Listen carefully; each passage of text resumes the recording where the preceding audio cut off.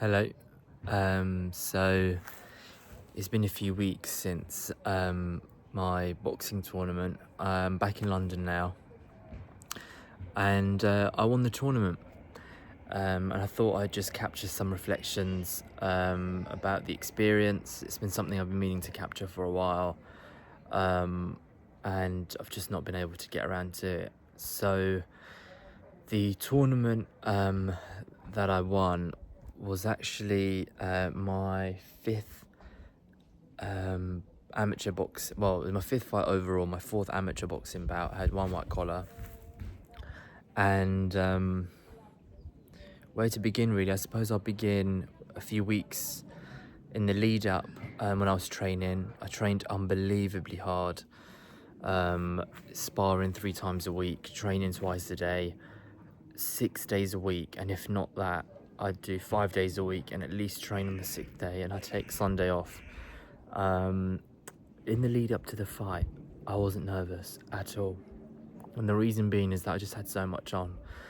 I was thinking about the sparring, I was thinking about my training. I'd have work to think about, so the prospect of going away to Portugal to box, to me that was a holiday. I was planning on extending my trip by a week and a bit to visit Porto and Lisbon. These are places I've not been to before, and after all the hard training, the hard dieting, to me it was something to really look forward to, to fight, to box, to compete, and then to have a bit of a holiday. It just felt so fitting. So yeah, in terms of the dieting, I was competing at 70 kg. The next weight up would have been 75, and my coach, thankfully I didn't listen to him, wanted me to compete at 75. But the giants who were competing at 75, I have no idea how some of those guys made the weight. They were huge, and so I think 70 kg was right, but the way that I dieted down to it wasn't. I was hungry all the time. I was like fixated on food. In the lead up, when I was like researching Lisbon, I would just be hooked on watching like local cuisine videos and videos of their pastries. That was all I was interested in, and my hormones had totally crashed. All the side effects of basically crashed hormones from not eating right. That's what I had. Even though I was eating nutritious food, I just wasn't eating enough for the amount that I was moving. And that's something I've learned, and I learned the hard way as well, in the sense that although I was able to make the weight, afterwards I went absolutely mad. I binged on everything. You're supposed to like reverse diet when you've been dieting that hard, and I didn't do that. I basically just, whatever I wanted to eat, I went and ate. And some people have worse vices, I suppose. But yeah, obviously once all the training and stuff was out of the way and actually landed in Portugal and got to the venue, that's when the nerves kicked in. When you're when I was checking in and looking around at all the other competitors, there were hundreds. In one sense, it was inspiring seeing all those people and even the trainers and stuff, who've all gone there in the spirit of competition, amateur boxing, to fight, to see who's the best. And I suppose not even just to see who's the best, but just to showcase their training, all their hard work, the effort, just for I don't know, yeah, just for the sport of boxing, just for the love of the sport. And the matchmaking would have occurred Thursday night, so everyone would have found out who they're going to be boxing over the weekend that night. And I got straight by into the semi-final because in my division there was an odd person out, and so I got straight by into the semi-final, which I was okay with. It means I don't have to box to make it through. It would have been nice to have competed all 3 days, just for that greater sense of satisfaction, I suppose. But yeah, it wasn't meant to be, and gave me the opportunity to go and see my opponent compete. My opponent, I watched him in the first round. He was quite big at the weight, I would say. technique wise, evenly matched. At that level, there's not going to be night and day difference.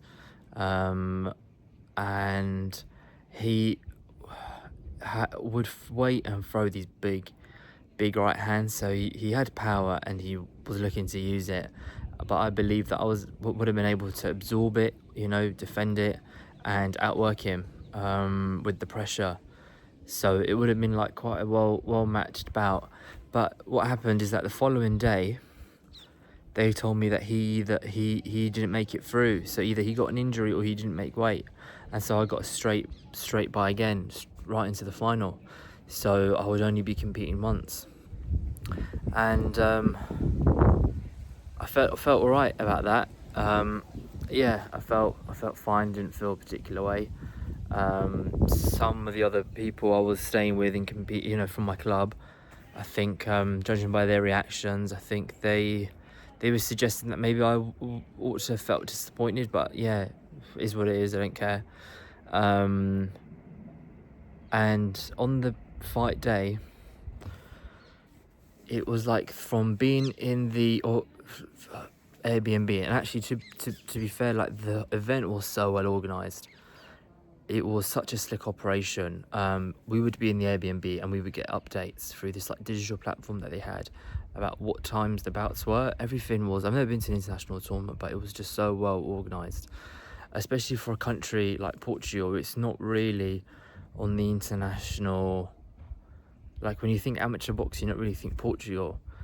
But I found out apparently that they invest in these tournaments because it's really the only opportunity that their boxers have to compete, and so I think it's such a great initiative. But it felt like getting to the Airbnb and stepping into the ring just occurred in a flash, because we were in the Airbnb all of a sudden, the times are changing, I've got to get to the venue now. My coaches and I get into a cab, we go to the venue, we're warming up on the outskirts of the perimeter of the stadium, which was an absolutely beautiful stadium. I wish to take a photo of it, but the architecture was yeah, like astounding.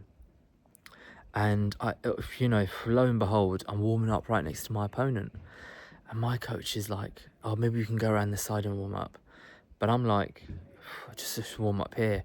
We're about to knock 7 bells at each other in a moment's time in the ring, so it doesn't matter whether we're warming up here or apart. So I ended up warming up there, and to be fair, we were both like, I was trying to eye him up and seeing the corner of my eye, and we were both like similar build.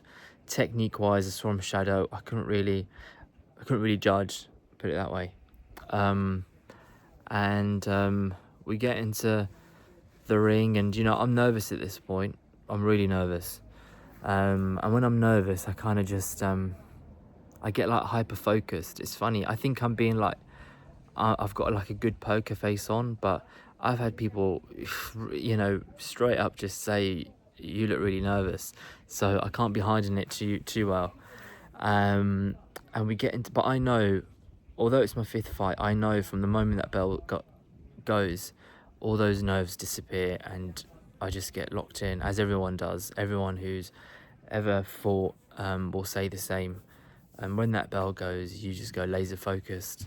I don't know, but it's very, yeah, the body knows, I suppose. Maybe it's like a primal thing, maybe it's just the adrenaline. But we get into the ring, first round, I give him a cut above his eye. The ringside doctor takes a look, and I'm praying for this ringside doctor to stop it, because one thing I was really worried about, what was I worried about? I was worried about getting hurt. I was worried about not performing.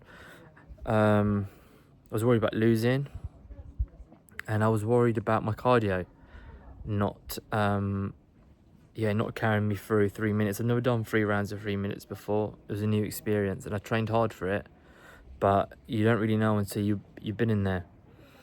And anyway, it carried on, and in the second round I gave him a standing 8 count. We both got onto the ropes. I swung him round and through a 1-2-1-2 combination. It's something, it's something I've picked up from watching like Soviet style of boxing. And yeah, it's just a style that I like.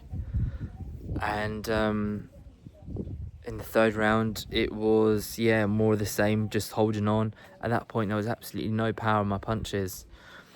And yeah, I got a decision. And how did I feel afterwards? Yeah, elated. elated. Just, I was really happy for it just to be over, and it wasn't so much like just winning that fight. It was just all the training that I'd done. For me, it was really hard. It's the hardest thing I've ever done. Not the fight, just the training. It sounds really cliche, but there's definitely a fight before the fight in my case, and there's a fight that happens, you know, behind closed doors for all the training that you do, and then there's a fight that happens in your head, like the nerves, the fear, and then there's obviously the fight. There's the fight in the actual ring. So yeah, after that, I extended my trip for some downtime, and what's next? Well, the boxing season's done for the summer, and I'm still training. Whatever I do next, you know, boxing will always be a part of my life, I think, because it's done a lot for me. I'll maybe explore that in like a separate video, but I'll always train in the sport, and that's the beautiful thing about the sport. In a sense, you don't have to go in and compete if you don't want to. You can have a good workout just boxing the bag or hitting the pads, shadow boxing, whatever. But yeah, I do love competition. It's different. But yeah, and I'm just training because, yeah, as I say, training is my lifestyle. So yeah, I just wanted to share my thoughts, and yeah, thanks for listening if you've made it this far.